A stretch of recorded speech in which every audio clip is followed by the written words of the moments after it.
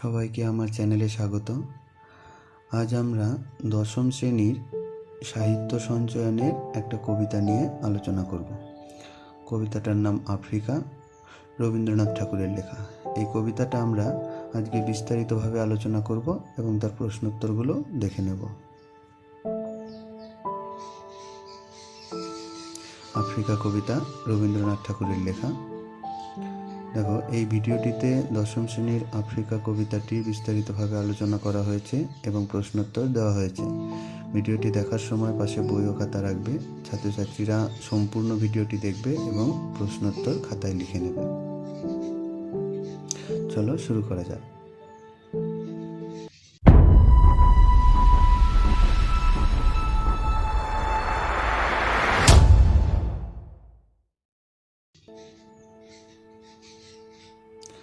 আজকের আলোচ্য বিষয় কবি পরিচিতি ও কবিতার উৎস, সম্পূর্ণ কবিতাটি পাঠ ও আলোচনা, বিষয় সংক্ষেপ, কবিতার নামকরণ আলোচনা, গুরুত্বপূর্ণ প্রশ্নোত্তর আলোচনা। দেখো, কবি পরিচিতি ও কবিতার উৎস। আফ্রিকা কবিতাটা রবীন্দ্রনাথ ঠাকুরের লেখা। রবীন্দ্রনাথ ঠাকুর সম্পর্কে আমরা কিছু তথ্য জেনে নেব। দেখো, জন্ম 1861 খ্রিস্টাব্দে 7ই মে কলকাতার জোড়াসাঁকোর ঠাকুর পরিবারে। সাহিত্য জীবন সম্পর্কে একটু দেখে নেব। রবীন্দ্রনাথ ঠাকুরের প্রথম কবিতা হিন্দু মেলার উপহার, প্রথম কাব্যগ্রন্থ কবি কাহিনী। অন্যান্য উল্লেখযোগ্য কাব্যগ্রন্থগুলির মধ্যে রয়েছে মানসী, চিত্রা, খেয়া, গীতাঞ্জলি, বলাকা, পুনশ্চ, জন্মদিনে, শেষ লেখা ইত্যাদি। উল্লেখযোগ্য উপন্যাস চোখের বালি, গোরা, চতুরঙ্গ, যোগাযোগ, শেষের কবিতা। উল্লেখযোগ্য ছোট গল্পগুলির মধ্যে রয়েছে পোস্টমাস্টার, নষ্টনীর, দেনা পাওনা, অতিথি, ছুটি, ক্ষুধিত পাষাণ, স্ত্রীর পত্র, কাবুলিওয়ালা প্রভৃতি। উল্লেখযোগ্য প্রবন্ধ গ্রন্থ সাহিত্য, সাহিত্যের পথে, কালান্তর প্রভৃতি। দেখো, নোবেল পুরস্কার পান রবীন্দ্রনাথ ঠাকুর 1913 সালে সং অফারিংসের জন্য, যার বাংলা হচ্ছে গীতাঞ্জলি। গীতাঞ্জলির জন্য নোবেল পুরস্কার নয়, গীতাঞ্জলির যে ইংরেজি অনুবাদ আছে সং অফারিংস, এই বইটার জন্য নোবেল পুরস্কার পান। এশিয়ার মধ্যে রবীন্দ্রনাথই প্রথম নোবেল পুরস্কার পান 1913 সালে। দেখো, কবির মৃত্যু হয় 1941 সালের 7ই আগস্ট কলকাতায়। এবার দেখো, গুরুত্বপূর্ণ যেটা, এটা সবাই খাতায় লিখে রাখবে। আফ্রিকা কবিতাটির উৎস, দেখো, প্রথম প্রকাশিত হয় কবিতাটি প্রবাসী পত্রিকায়। দেখো, পরে পত্রপুট কাব্যগ্রন্থে 16 সংখ্যক কবিতা হিসাবে স্থান পায় এবং তারও পরে সঞ্চয়িতা কাব্যগ্রন্থেও কবিতাটি স্থান পেয়েছে। ঠিক আছে।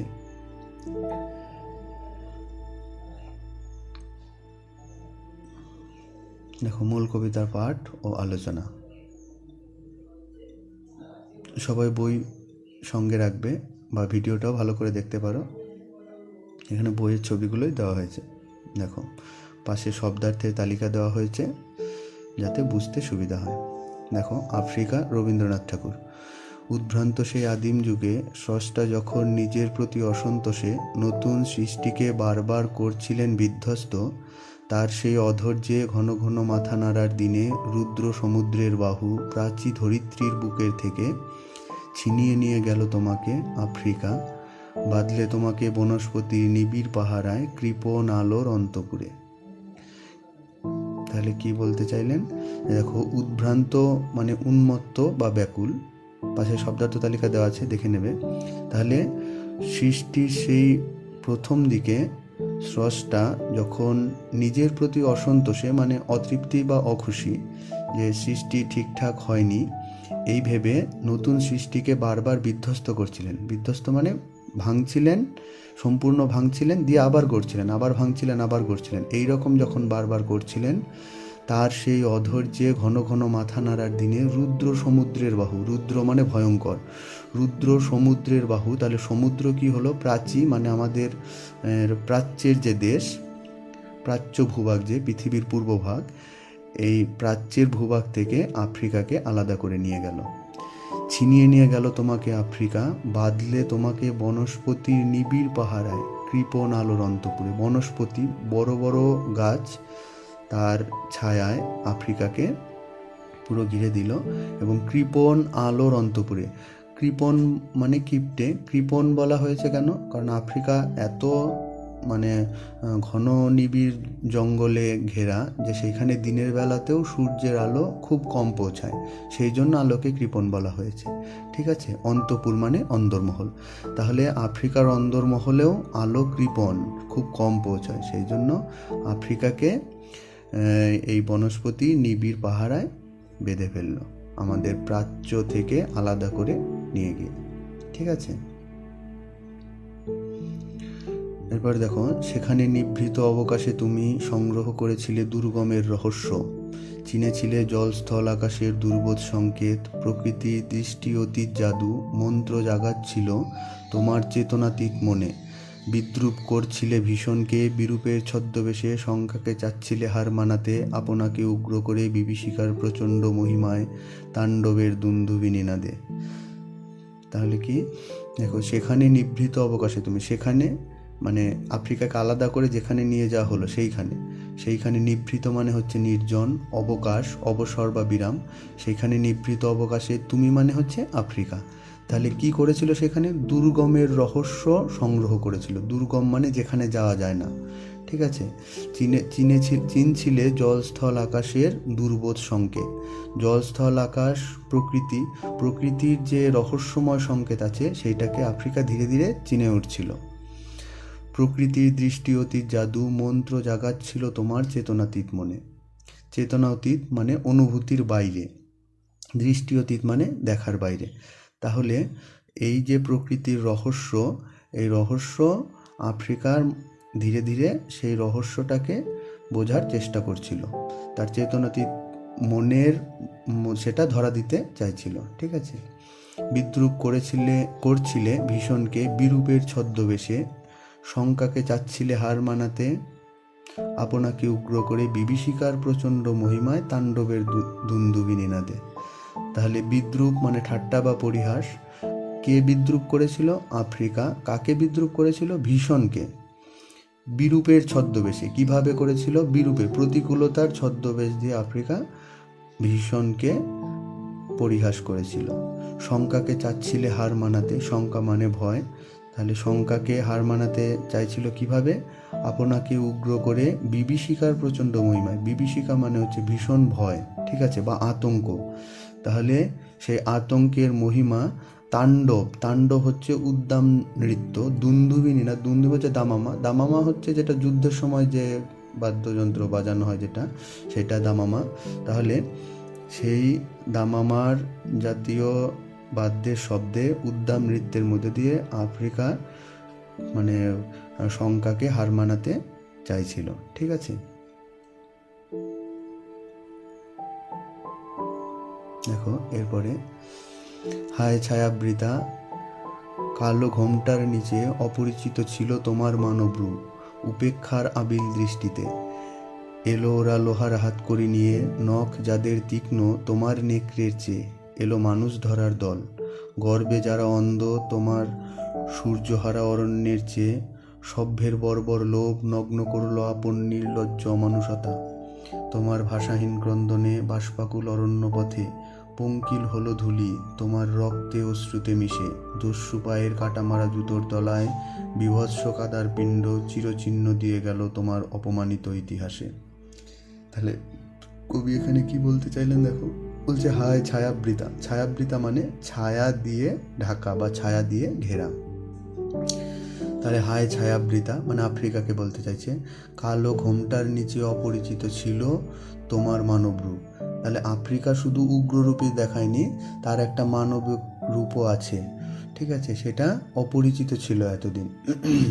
কিভাবে? উপেক্ষার আবিল দৃষ্টিতে। উপেক্ষা মানে অবহেলা, আবিল মানে কলুষিত বা মলিন। তাহলে আফ্রিকার যে মানব রূপটা এতদিন উপেক্ষিত ছিল তার কালো ঘোমটার নিচে। ঠিক আছে, এলো ওরা লোহার হাত করি নিয়ে। কারা? ওরা মানে হচ্ছে সভ্য সমাজের লোকেরা, সাম্রাজ্যবাদী বিভিন্ন শক্তিরা। ঠিক আছে, এলো ওরা লোহার হাত করি নিয়ে, নখ যাদের তীক্ষ্ণ তোমার নেকড়ের চেয়ে। এলো মানুষ ধরার দল, গর্বে যারা অন্ধ, তোমার সূর্য হারা অরণ্যের চেয়ে। আমরা জানি আফ্রিকায় প্রচুর প্রাকৃতিক সম্পদ আছে। তার চেয়েও বড়, যখন দাস ব্যবস্থা বা কৃতদাস প্রথা যখন চালু ছিল, তখন সভ্য সমাজের লোকেরা আফ্রিকা থেকে আফ্রিকার লোকদের ধরে নিয়ে এসে তাদের কৃতদাস করে রাখত। তাহলে সেই সভ্য সমাজের মানুষের নখ কি আফ্রিকার যে নেকড়ে তার চেয়েও তীক্ষ্ণ। তারা এসে আফ্রিকায় অত্যাচার শোষণ চালাতে লাগলো। ঠিক আছে, এলো মানুষ ধরার দল, আফ্রিকার লোকেদের ধরে নিয়ে যেতে থাকলো। গর্বে যারা অন্ধ, তোমার সূর্য হারা অরণ্যের চেয়ে। সূর্য হারা মানে সূর্যকে হারিয়েছে, যে অরণ্য, যে অরণ্য সূর্যকে হারিয়েছে তার চেয়েও অন্ধ। ঠিক আছে, এই সভ্য সমাজের মানুষেরা কেন? গর্বে, নিজেদের গর্বে, নিজেদের সভ্য, নিজেদের উন্নত মনে করার জন্য। ঠিক আছে, সভ্যের বর্বর লোভ নগ্ন করলো আপন নির্লজ্জ অমানুষতা। দেখো, বর্বর লোভ, সভ্য, আমরা যারা সভ্য তাদের লোভটা বর্বর, অসভ্য। ঠিক আছে, তাহলে নগ্ন করলো, নগ্ন মানে প্রকাশিত বা অনাবৃত, খুলে ধরলো, মেলে ধরলো আর কি। নগ্ন করলো আপন নির্লজ্জ অমানুষতা, নির্লজ্জ লজ্জাহীন, অমানুষতা মানে অমানবিকতা, অত্যাচার শোষণ চালাতে লাগলো সেখানে গিয়ে। তোমার ভাষাহীন ক্রন্দনে বাষ্পাকুল অরণ্য পথে পঙ্কিল হলো ধূলি তোমার রক্তে অশ্রুতে মিশে।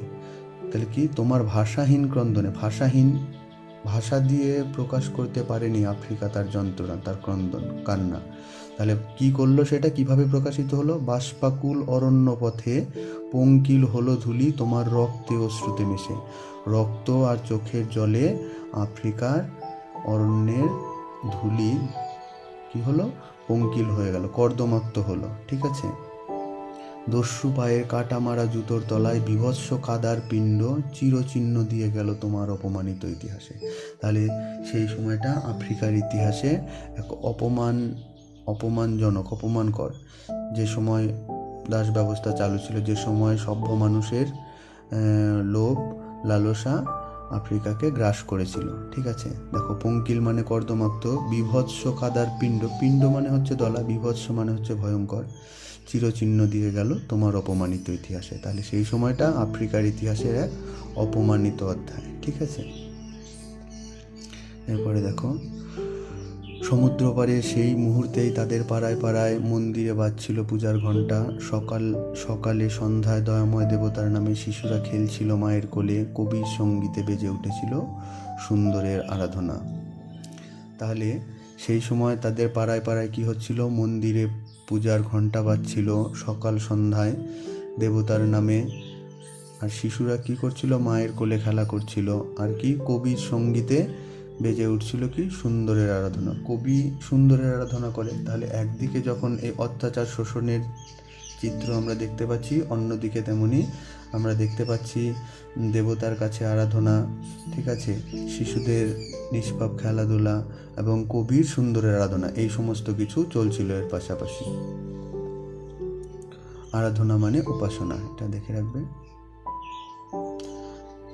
দেখো, আজ যখন পশ্চিম দিগন্তে প্রদোষকাল ঝঞ্ঝা বাতাসের ঊর্ধ্বশ্বাস, যখন গুপ্ত গহ্বর থেকে পশুরা বেরিয়ে এলো, অশুভ ধ্বনিতে ঘোষণা করলো দিনের অন্তিম কাল। এসো যুগান্তের কবি, আসন্ন সন্ধ্যায় শেষ রশ্মিপাতে দাঁড়াও ওই মানহারা মানবীর দ্বারে, বলো ক্ষমা করো হিংস্র প্রলাপের মধ্যে, সেই হোক তোমার সভ্যতার শেষ পুণ্যবাণী।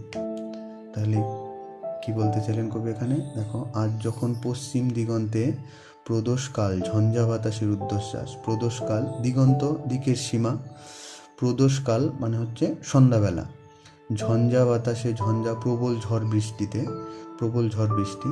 তাহলে দেখো, রুদ্ধশ্বাস, দেখুন, যখন গুপ্ত গহ্বর থেকে পশুরা বেরিয়ে এলো, গুপ্ত, গোপন, গহ্বর মানে গর্ত, পশুরা মানে মানুষ বেশি পশু আর কি, মানুষদেরই তুলনা করছে, যে সভ্য মানুষের যে স্বরূপটা সেটাকে তুলে ধরছে। পশুরা বেরিয়ে এলো, অশুভ ধ্বনিতে ঘোষণা করলো দিনের অন্তিমকাল, দিনের শেষ, যে সময় শেষ হয়ে এসছে, এটা কিভাবে অশুভ ধ্বনিতে ঘোষণা করলো। ঠিক আছে, তখন কবি কি চাইছেন? দেখো, এসো যুগান্তের কবি, যুগান্ত মানে যুগের অবসান, শেষ যুগের কবি, আসন্ন সন্ধ্যায় শেষ রশ্মিপাতে, আসন্ন মানে যা আসছে, যে সন্ধ্যা ঘনিয়ে আসছে, শেষ রশ্মিপাতে, শেষ আলোটুকুতে দাঁড়াও ওই মানহারা মানবীর দ্বারে। কে মানহারা মানবী? আফ্রিকা। তাহলে কবি এই শেষ সময়ে আফ্রিকার পাশে দাঁড়াতে বলেছেন। তাহলে দাঁড়িয়ে কি বলতে বলেছেন? বলো ক্ষমা করো, হিংস্র প্রলাপের মধ্যে সেই হোক তোমার সভ্যতার শেষ পুণ্যবাণী। হিংস্র প্রলাপ, প্রলাপ মানে অর্থহীন কথা। তাহলে এই হিংস্র অর্থহীন কথাবার্তা, এটা কাদের? সভ্য মানুষের। এই প্রলাপের মধ্যে একটা শেষ পুণ্যবাণী হোক সভ্যতার। কি সেটা? ক্ষমা করো। ঠিক আছে, এই হচ্ছে মূল কবিতাটা। কবিতাটা ভালো করে পড়বে, বারবার পড়বে, পারলে মুখস্থ করে নেবে। ঠিক আছে, আর দেখো বিষয় সংক্ষেপ কি বলতে চাইলে, দেখো সৃষ্টির গোড়ার দিকে যখন সৃষ্টিকর্তা তার নিজের সৃষ্টিকে বারবার ভাঙাগড়া করছিলেন, তখন উন্মত্ত সমুদ্র আফ্রিকাকে প্রাচ্যের দেশগুলি থেকে আলাদা করে নিয়ে যায়, নিবিড় বন দিয়ে তাকে ঘিরে ফেলে, করে তোলে রহস্যময়। এই রহস্যময় আফ্রিকা পৃথিবীর বাকি দেশগুলির কাছে হয়ে ওঠে দুর্বোধ্য। বিভীষিকার বিস্তারে সে নিজের অস্তিত্বকে টিকিয়ে রাখতে চেয়েছিল, কিন্তু সভ্য পৃথিবীর কাছে উপেক্ষিত আফ্রিকাও একদিন সাম্রাজ্যবাদী শক্তির নজরে পড়ে। তাদের নগ্ন লোভের হাত থেকে রেহাই পায় না সে। লুণ্ঠন, শোষণ আর অত্যাচারে আফ্রিকার মাটি তারা ভিজিয়ে দেয় রক্ত আর অশ্রুতে। সভ্য পৃথিবীর প্রশান্ত জীবনের বিপরীতে এই রক্তাক্ততা আসলে সভ্যতার বর্বর লোভকেই প্রকাশ করে। এই ভয়ঙ্কর অশুভ শক্তির হাত থেকে কবি মুক্তির পথ খুঁজতে চেয়েছেন। কবির মনে হয়েছে আফ্রিকার এই অপমান ও অবমাননার জন্য তার পাশে দাঁড়িয়ে যুগান্তের কবির ক্ষমা চাওয়া উচিত। শুভবোধের জাগরণে পাপ দূর হবে, প্রতিষ্ঠা হবে মানবতার। ঠিক আছে, এবার দেখো এই যে আফ্রিকা কবিতাটা, এই কবিতার নামকরণ কেন আফ্রিকা, এর সার্থকতা কতটুকু সেটা একটুখানি আমরা দেখে নেব। দেখো এই কবিতায় কবি সৃষ্টির সময়কালের দুর্গম ও রহস্যময় প্রকৃতি ও পরিবেশ এবং তার পাশাপাশি আধুনিক সাম্রাজ্যবাদী শক্তির লোভ, লালসা ও হিংসাকে তুলে ধরেছেন। দুটো দিক আছে, সেই দুটো দিককে তুলে ধরেছেন। ঠিক আছে, আফ্রিকা সৃষ্টির সেই সূচনা পর্বের রহস্যকে বয়ে নিয়ে আসছিল এতদিন ধরে, কিন্তু সেই রহস্য একদিন সভ্য সমাজের নজরে পড়ে। আফ্রিকার প্রাকৃতিক সম্পদ লুণ্ঠিত হয়, কৃতদাস যোগানোর ক্ষেত্রে পরিণত হয় আফ্রিকা, রক্তে ও শ্রুতে ভিজে যায় আফ্রিকার মাটি। এই অবমাননার জন্য কবি আফ্রিকার কাছে ক্ষমা প্রার্থনার কথা বলেছেন। এইভাবে গোটা কবিতার বিষয় হয়ে উঠেছে আফ্রিকা। তাই কবিতাটির নামকরণ যথাযথ ও সার্থক। খুব সংক্ষেপে বিষয়টাকে আমি বোঝানোর চেষ্টা করেছি। যদি প্রশ্ন আসে তাহলে সেখানে আরেকটু ব্যাখ্যা করে বিস্তারিতভাবে লিখতে হবে। এইটুকু একদম খুব সংক্ষেপে দেওয়া হয়েছে যাতে বুঝতে সুবিধা হয়। ঠিক আছে, এবার দেখো প্রশ্নোত্তর নিয়ে আমরা আলোচনা করব। এখানে শুধুমাত্র সংক্ষিপ্ত প্রশ্নোত্তরগুলো নিয়ে আলোচনা করা হয়েছে, বড় প্রশ্ন তোমাদেরকে আমি পরে দিয়ে দেবো। ঠিক আছে, পিডিএফ আকারে দিয়ে দেবো।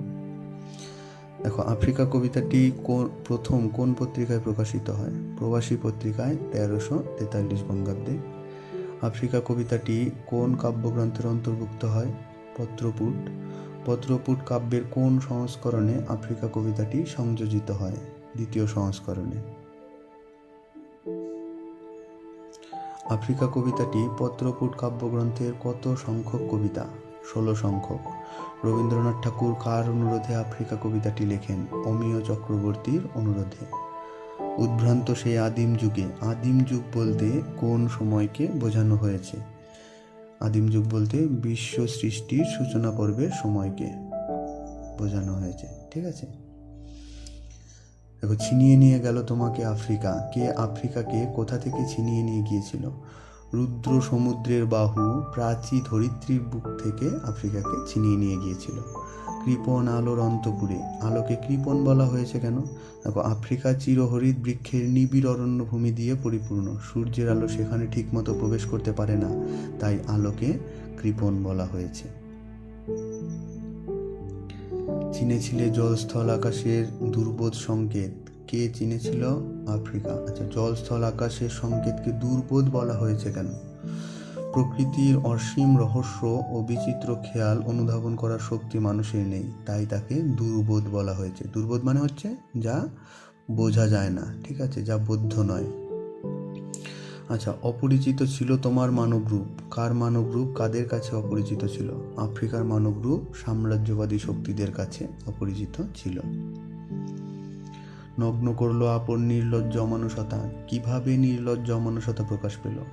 সভ্য মানুষের সাম্রাজ্য বিস্তারের বর্বর লোভ তাদের নির্লজ্জ অমানুষতাকে নগ্ন করেছিল। চিরচিহ্ন দিয়ে গেল তোমার অপমানিত ইতিহাসে। ইতিহাস অপমানিত কেন? দেখো, লুণ্ঠন, অত্যাচার, সম্মানহীনতা ও পরাধীনতার গ্লানিতে আফ্রিকার ইতিহাস অপমানিত। দেখো, এসো যুগান্তের কবি। কবি যুগান্তের কবির কাছে কোন আহ্বান জানিয়েছেন? আসন্ন সন্ধ্যায় শেষ রশ্মিপাতে কবি যুগান্তের কবিকে মানহারা মানবী অর্থাৎ আফ্রিকার পাশে দাঁড়াতে বলেছেন। সেই হোক তোমার সভ্যতার শেষ পুণ্যবাণী। পুণ্যবাণীটি কি? পুণ্যবাণীটি হলো ক্ষমা করো। পশুরা বেরিয়ে এলো কোথা থেকে? কোথা থেকে পশুরা বেরিয়ে এসেছিল? গুপ্ত গহ্বর থেকে। পশুরা কি ঘোষণা করলো? কি ঘোষণা করেছিল? অশুভ ধ্বনিতে দিনের অন্তিমকাল। শিশুরা কোথায় খেলা করছিল? মায়ের কোলে। এলো মানুষ ধরার দল। তাদের আগমনের আগে আফ্রিকা স্বরূপ কেমন ছিল? মানুষ ধরার দল অর্থাৎ সাম্রাজ্যবাদী শক্তির আসার আগে আফ্রিকা ছিল অরণ্যের নিবিড় ছায়া দিয়ে ঘেরা, যার কালো ঘোমটার নিচে তার মানব রূপ সভ্য মানুষের কাছে এতদিন অবহেলার কারণে অপরিচিত ছিল। সমুদ্র পাড়ে কোথায় ঘন্টা বেজেছিল? পাড়ার মন্দিরে। আচ্ছা, কার নামে পুজো চলছিল? দয়াময় দেবতার নামে। পঙ্কিল হলো ধূলি। কিভাবে পঙ্কিল হলো? পঙ্কিল মানে কর্দমাক্ত। আচ্ছা, সভ্য মানুষের নগ্ন লোভ, শোষণ ও অত্যাচারে রক্ত আর অশ্রুতে মিশে আফ্রিকার ধূলি পঙ্কিল হয়েছিল।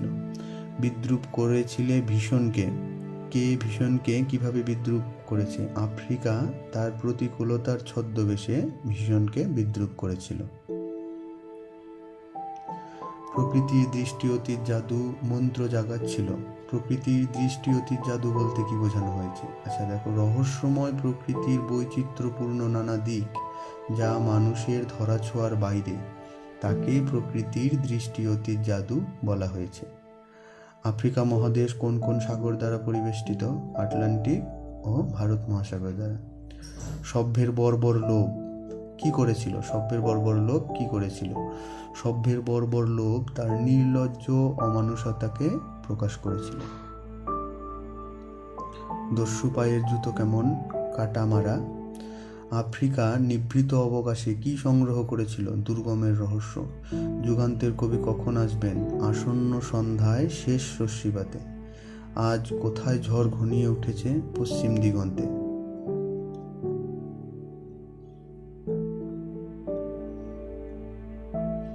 দেখো, এই পর্যন্ত প্রশ্নোত্তর তোমরা সব খাতায় লিখে নেবে। ভিডিওটা পজ করবে, পজ করে প্রশ্ন উত্তরগুলো ধীরে